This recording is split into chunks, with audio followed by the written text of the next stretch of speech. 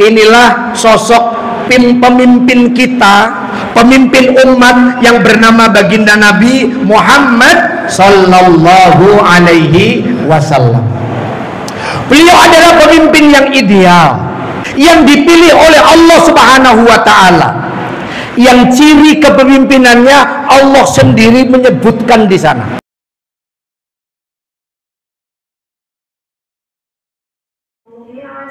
Assalamualaikum warahmatullahi wabarakatuh. Jumpa lagi di channel Titi Setiasi. Yuk guys, hari ini hari Minggu, mari kita taling ke Masjid Al-Muhajirin. Jadi ibu-ibu, bapak-bapak, hadirin hadirat rahimakumullah, itulah kemudian Rasulullah kecil umur 6 tahun, umur 4 tahun diajak oleh ibunya, 6 tahun diajak ibunya ke Abwa. Tapi umur ibunya tidak lama, wafat ketika Nabi Muhammad umurnya 6 tahun.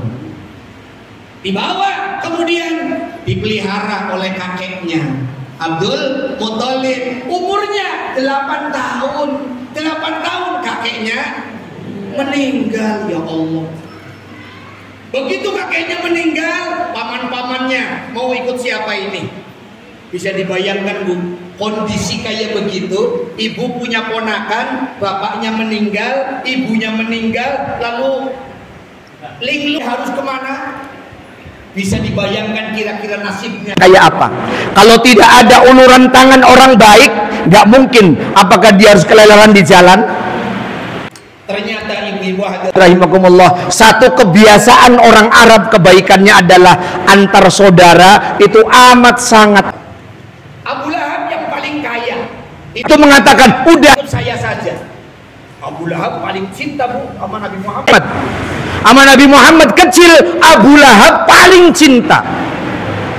Istri Abu Lahab, tahu namanya? Istri Abu Lahab namanya Jamilah. Ada Bu Jamilah? Istri Abu Lahab namanya Jamilah. Sayang pada ponakannya, sayang waktu masih kecil. Tapi ternyata Nabi Muhammad yang kecil itu mintanya ikut Abu Thalib. Yang Abu Thalib hidupnya juga agak susah. Hidupnya susah. Terus umur 12 tahun Muhammad kecil, oleh Abu Thalib sudah mulai diajari dagang. 12 tahun. Kalau anak kita kelas berapa? Anak SD kelas 6 udah diajari dagang. Berangkat, udah dipersiapkan semuanya, berangkat ke Syam. Sekarang namanya Syria. Syria itu sekarang belum merdeka, ya kan?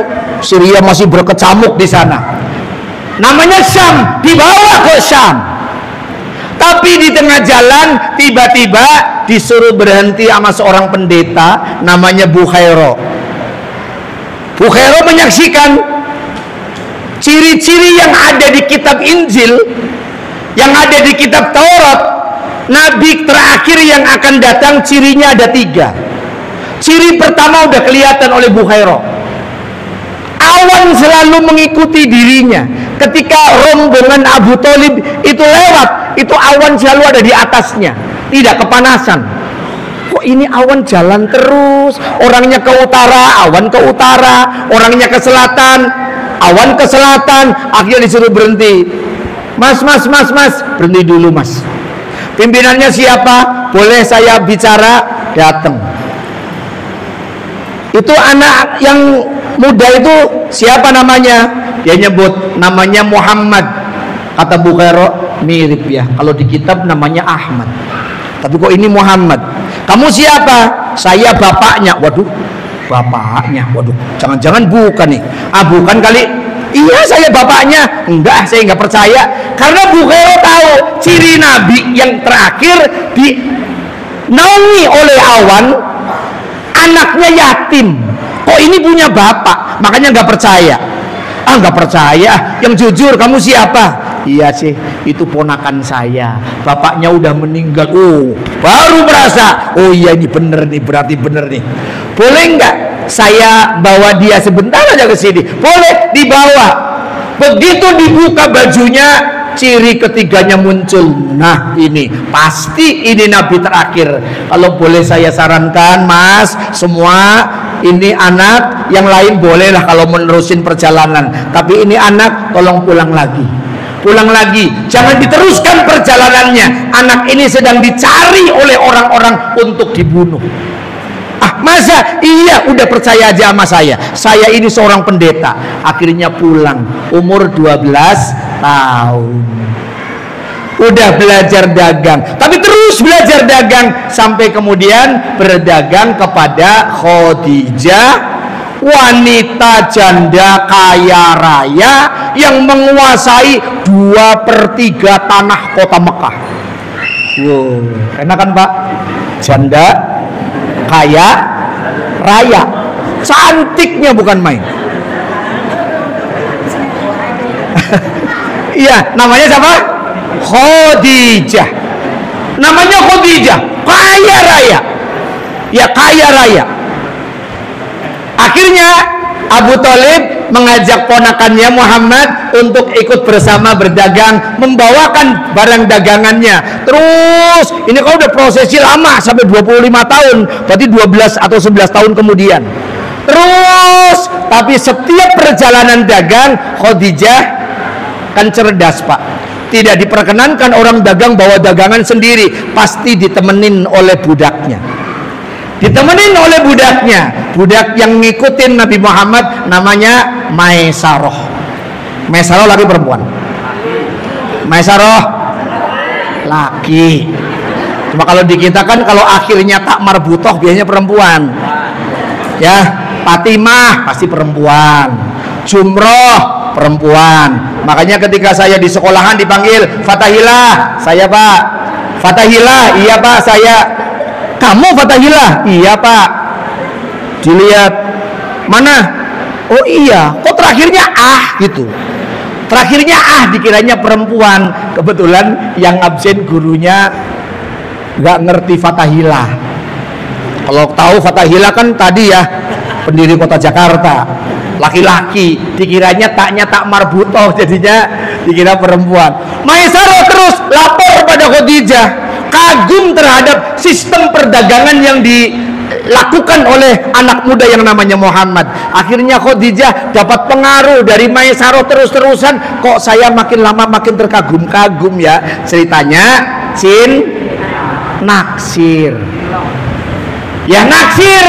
Akhirnya Khadijah memberanikan diri, nyuruh masih saudaranya Abu Thalib, tolong kamu tanyakan ke Abu Thalib, bawa oleh-oleh. Biasa Bu, pihak perempuan bawa oleh-oleh. Kalau sekarang mah bawa jeruk ke Abu Thalib, bawa pisang. Lama-lama kemudian lamar, ternyata boleh diperkenankan dan akhirnya menikah. Usia Khadijah dalam satu riwayat yang masyhur 40 tahun. Rasulullah umurnya 25 tahun. Tapi 40 tahun ini Pak, pendapat lain banyak yang menyebut Khadijah umurnya 28 tahun. Yang masyhur 40 tahun. Kenapa kok 28 tahun bukan 40 tahun? Mereka punya pemikiran bahwa kalau 40 tahun itu udah menopause. Kayaknya nggak mungkin melahirkan. Tapi dari Siti Khadijah lahir anaknya berapa? Dari Siti Khadijah lahir dari perutnya berapa? 6 lahir dari Siti Khadijah. Bapak bisa ngitung, 40 lahir setahun, 41 2 kalau tiap tahun. Kalau 2 tahun 40 berarti 41 lahir 1, 43 yang kedua, 45 berarti umur berapa itu? Maka ada yang mengatakan Khadijah waktu itu umurnya 28 tahun. Tapi yang paling masyhur 40 tahun. Karena Allah punya cara, punya mau, siapapun bisa melahirkan kalau Allah berkehendak. Istrinya Nabi Zakaria kira-kira berapa tahun waktu melahirkan? Umurnya udah 82 tahun. Nabi Zakaria minta, ya Allah berikan saya keturunan ya Allah. Begitu malaikat Jibril datang, ya Zakaria, Allah ngasih kabar gembira, istrimu hamil. Udah berdoa, Nabi Zakaria nggak percaya, nggak mungkin. Udah berdoa tapi ngomong nggak mungkin. Kenapa? Istri saya ubanannya udah penuh, istri saya udah menopause, sudah sangat sepuh, tapi ternyata Allah ngasih. Lahirlah kemudian Yahya. Ibu-ibu hadirat rahimakumullah, lahirlah 6 putra putri beliau. 4 perempuan, 2 laki-laki. Rasul putranya 7. Yang 1 bukan dari Khadijah, yang 1 dari Maria Al-Qibtiyah. Ini supaya kenal, jangan kenalnya Ronaldo doang. Ronaldo kenal, Gonzales kenal, pemain bola kenal semua. Ganjar Pranowo kenal, Anies Baswedan kenal, satu lagi Pak Prabowo kenal. Sampai saking kenalnya dicari putune sopo, mbae sopo, tuh sampai kenal semua. Makanya harus kenal. Rasulullah punya anak 6, ya, punya anak 6, 4 perempuan, 2 laki-laki dari rahim Siti Khadijah. Yang 2 anak pertama namanya, ya siapa? Qasim. Namanya Qasim, makanya Rasul suka dipanggil Abul Qasim, Bapak Qasim. Anak kedua namanya Abdullah, tapi dua-duanya wafat ketika masih kecil. Ya, putrinya 4, ya putrinya 4. Ada yang namanya Ruqayyah, ada yang namanya, mohon maaf kalau lupa, Zainab, ada yang namanya Ummi Kulsum. Apa lagi yang satu? Fatimah, ya Fatimah sampai lupa. Fatimah 4, ya 4-4-nya punya usianya sampai dewasa. Usianya sampai dewasa. Ummi Kulsum dengan Ruqayyah menjadi istrinya Utsman bin Affan. Istrinya Utsman bin Affan. Loh kok dua-duanya boleh? Itu turun ranjang. Ketika istrinya meninggal, kemudian menikahi saudaranya. Zainab punya suami namanya Abul As. Zainab punya suami namanya Abul As.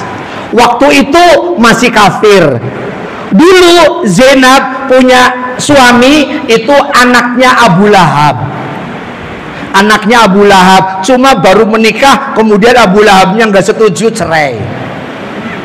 Jadi Zainab punya suami namanya Abul As. Posisinya Zainabnya hijrah ke Madinah, suaminya nggak hijrah karena masih kafir. Ya, jadi ibu-ibu hadirin rahimakumullah, kemudian semuanya diwafatkan terlebih dahulu, baru kemudian yang terakhir Fatimah wafat setelah Rasulullah wafat. Jadi ibu-ibu hadirin rahimakumullah, inilah sosok pemimpin kita, pemimpin umat yang bernama baginda Nabi Muhammad sallallahu alaihi wasallam. Beliau adalah pemimpin yang ideal. Pemimpin yang ideal, yang lahir di bumi yang dicintai ini, yang dipilih oleh Allah Subhanahu wa ta'ala, yang ciri kepemimpinannya Allah sendiri menyebutkan di sana. Di dalam surat At-Taubah ayat 128, Allah Subhanahu wa ta'ala menyebut ciri kepemimpinan Rasul. Kepemimpinan Rasul disebut cirinya. Itu pemimpin yang ideal di masa depanmu. Ya, kira-kira 2024 nanti pemimpin kita kira-kira idealnya kayak begitu. Saya nggak nyebutin nama karena masjid nggak boleh kampanye. Yang ada adalah cirinya. Bagaimana Rasul punya ciri? Allah Subhanahu wa ta'ala menyebutkan, a'udzubillahi minasyaitonir rajim, laqad ja'akum rasulun min anfusikum azizun 'alaihi ma 'anittum harisun 'alaikum bil mu'minin raufur rahim. Ini cirinya. Ciri kepemimpinan Rasul sallallahu alaihi wasallam. Ini bagian dari kita Maulid Nabi. Bagaimana nanti ke depan? Bagaimana supaya negeri ini gemah ripah loh Jinawi, toto tentrem kertora harjo, sejahtera, makmur, tidak khawatir perampokan, tidak khawatir kurang pangan. Munculkan 3 ciri kepemimpinan ini. 1, ini 3-tiganya manusia pasti bisa mengikuti asal punya mau. Kenapa? Allah menyebut di awalnya dengan Rasulun min anfusikum. Laqad ja'akum, lamnya lam taukid, sungguh, qad dan sungguh, sungguh dan sungguh, ja'a telah datang, kum pakainya ja'a fi'il madhi. Ini menunjukkan bahwa sudah ada. Allah ngasih gambaran, ini loh sosoknya. Telah datang Rasulun, seorang utusan, min anfusikum, dari diri kalian sendiri. Artinya Rasul sebagai seorang pemimpin, dirinya adalah manusia, sama dengan kita, yang makan, yang minum, yang istirahat, yang tidur, yang punya istri, yang punya keinginan, yang punya kemauan. Samalah persis dengan kita.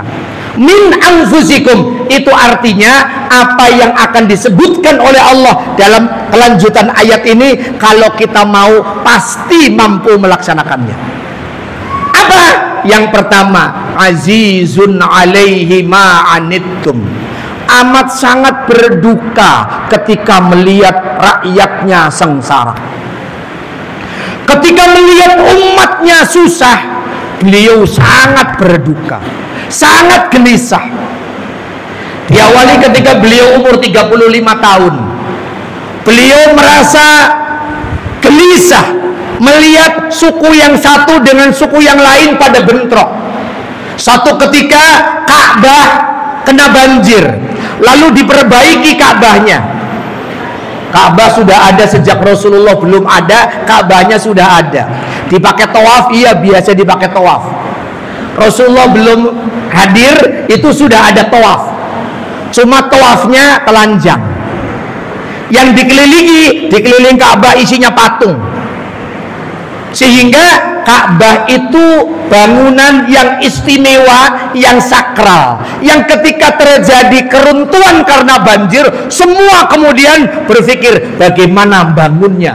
Akhirnya dibangun bareng-bareng. Akhirnya mereka ribut bagaimana ini Hajar Aswad meletakkannya.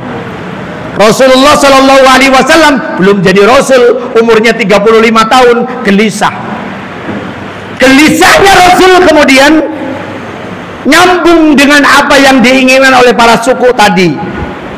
Yang berhak untuk mengangkat Hajar Aswad adalah siapa yang besok pagi datang duluan ke masjid ini. Ternyata besok yang datang duluan adalah Rasulullah Shallallahu Alaihi Wasallam, karena beliau biasa hadir. Tidak sholat menghadap itu, tapi beliau bermunajat seperti munajatnya Nabiullah Ibrahim alaihissalam. Mereka kemudian tahu ternyata siang-siang siapa yang datang dari pagi duluan, itu anak muda. Disebutlah Rasulullah Muhammad Sallallahu Alaihi Wasallam. Kegelisahannya, daripada mereka pada berantem, Rasul kemudian sajadahnya, sorbannya digelar, batu Hajar Aswadnya diletakkan di tengah-tengah. Dulu Hajar Aswad bentuknya bulat, dulu masih bulat. Ibu udah ngelirik nengok Hajar Aswad, sekarang udah pecahan-pecahan, cuma repliknya dijadiin satu. Dulu masih bulat, diletakkan di tengah-tengahnya. Lalu semua megang, masing-masing suku megang ujung-ujungnya supaya nggak pada berantem, diangkat. Lalu Rasul baru mengatakan, biarkan saya yang meletakkan. Mereka bahagia semua karena semua punya kesempatan untuk mengangkat. Ini solusi seorang pemimpin ketika menyelesaikan persengketaan antar penduduknya. Subhanallah. Kepekaannya lagi, Rasul sudah ada di Madinah. Tapi Rasul tahu bagaimana penderitaan sahabatnya yang bernama Ummu Habibah. Ummu Habibah adalah seorang wanita, anak perempuannya Umayyah. anak perempuannya Abu Sofyan. Abu Sofyannya masih kafir.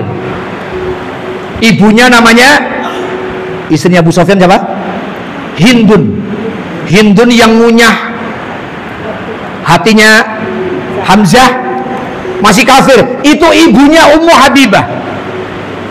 Masuk Islam di Mekah. Ketika hijrah Rasul itu 3 kali, Bu. Yang pertama ke Najd, ke Ethiopia, menyuruh Utsman bin Affan yang jadi pimpinannya, tapi Rasul nggak sampai ke sana, nggak sampai berangkat. Kemudian hijrah ke Taif, dipimpin oleh Rasul sendiri, cuma belum nyampe ke Taif udah diusir. Yang ketiganya hijrah ke Madinah. Ummu Habibah menderita. Kenapa menderita? Ada di Ethiopia, di Najd tadi, Ethiopia, suaminya murtad. Nyampe di sana suaminya murtad. Sudah melahirkan anak namanya Habibah, maka dikenal namanya Ummu Habibah. Tapi suaminya murtad, bolak-balik ngajak istrinya supaya murtad, tapi beliau mempertahankan keimanannya. Akhirnya Ummu Habibah pengen pulang ke Mekah, bapaknya ibunya kafir, mau ikut bersama-sama ke Madinah, jauh nggak punya ongkos. Akhirnya luntang-lantung sendirian di Najd. Suaminya yang kafir meninggal, tinggal sendirian. Rasul mendengar kabar Ummu Habibah kesulitan. Kabar waktu itu nggak ada HP, nggak ada WA, nggak begitu viral. Tapi Rasul kemudian mengutus utusan untuk menemui Ummu Habibah. Ummu Habibah mendapatkan kabar gembira, dilamar oleh Rasul Sallallahu Alaihi Wasallam, nikah di Ethiopia. Walinya, pemimpin waktu itu Raja Ethiopia yang sudah masuk Islam. Rasulnya pihak laki-lakinya nggak ada, adanya di Madinah. Itulah muncullah kemudian fikih yang membolehkan orang menikah, perempuannya ada, suaminya nggak ada. Suaminya nggak ada, adanya perwakilan. Tapi syaratnya ada. Kalau di sini menurut Imam Syafi'i harus hadir. Laki-lakinya ada, perempuannya ada 2 saksi, ada mahar, ada akadnya, ada penyerahannya, ya. Harus ada, kalau nggak ada ntar orang nanya, jangan-jangan nggak sah. Tapi Rasul pernah menikah, laki-lakinya nggak ada, tapi perempuannya ada. Kan saya nikahkan kamu, saya mewakili kamu, Raja Najdnya, saya nikahkan kamu dengan Muhammad Sallallahu Alaihi Wasallam. Begitu menikah, baru diajak ke Madinah. Perhatiannya begitu. Azizun alaihi ma'anittum, penderitaan rakyatnya begitu diperhatikan. Sungguh sangat menderita Rasul Sallallahu Alaihi Wasallam begitu rakyatnya menderita. Siap, Bu, jadi pemimpin kayak begitu? Siap? Ibu boleh jadi pemimpin? Bapaknya yang jadi pemimpin, Pak, siap Pak? Jadi pemimpin model kayak begini, kira-kira bisa nggak Pak? Nanti presiden yang akan datang kira-kira bisa nggak kayak begini? Asal punya mau. Dengar kabar di sektor 5 jalannya rusak, kirim aspal. Gitu. Itu begitu caranya. Oh, kok apa bener ini? Pertamax tahu-tahu naik, cek. Oh, kok Pertamax naik? Kamu diem-diem naik, tahu-tahu jadi 10.000. Apa? 10.300. Siapa yang diem-diem naik? Turunin. Kenapa? Rakyat saya menderita. Oh, keren banget itu kalau ada pemimpin kayak begitu. Ya, kalau ada pemimpin kayak begitu keren banget. Di mana? Oh, di Muhajirin. Muhajirin mana? Sektor 5. Mau ngapain? Mau ngadain Maulid Nabi. Kenapa emang? Belum punya seragam. Kirim seragam. Kira-kira kayak begitu gitu. Kira-kira kayak begitu. Begitu? Ibu-ibu hadirin rahimakumullah. Itu pemimpin yang tahu bagaimana penderitaan umatnya, penderitaan umatnya. Maka ibu-ibu hadirin rahimakumullah, hanya Rasulullah Sallallahu Alaihi Wasallam yang tahu persis getaran umatnya, semuanya kepingin masuk surga. Maka Rasul memastikan semua umatku masuk surga tanpa kecuali yang mau. Mau masuk surga? Berarti syaratnya udah punya, mau. Tapi ada yang nggak mau. Maka Rasulullah SAW pernah mendapatkan berita dari malaikat Jibril. Ketika malaikat Jibril mengemukakan waktu itu di hadapan Nabi Hurairah, siapa yang dalam kehidupannya bersama dengan la ilaha illallah dakhalal jannah. Siapa yang dalam kehidupannya dengan la ilaha illallah masuk surga. Abu Hurairah kaget Rasulullah mengatakan begitu. Walau saroko ya Rasul, walau saroko, walaupun tukang nyolong, walaupun ngerampok, walaupun koruptor masuk surga.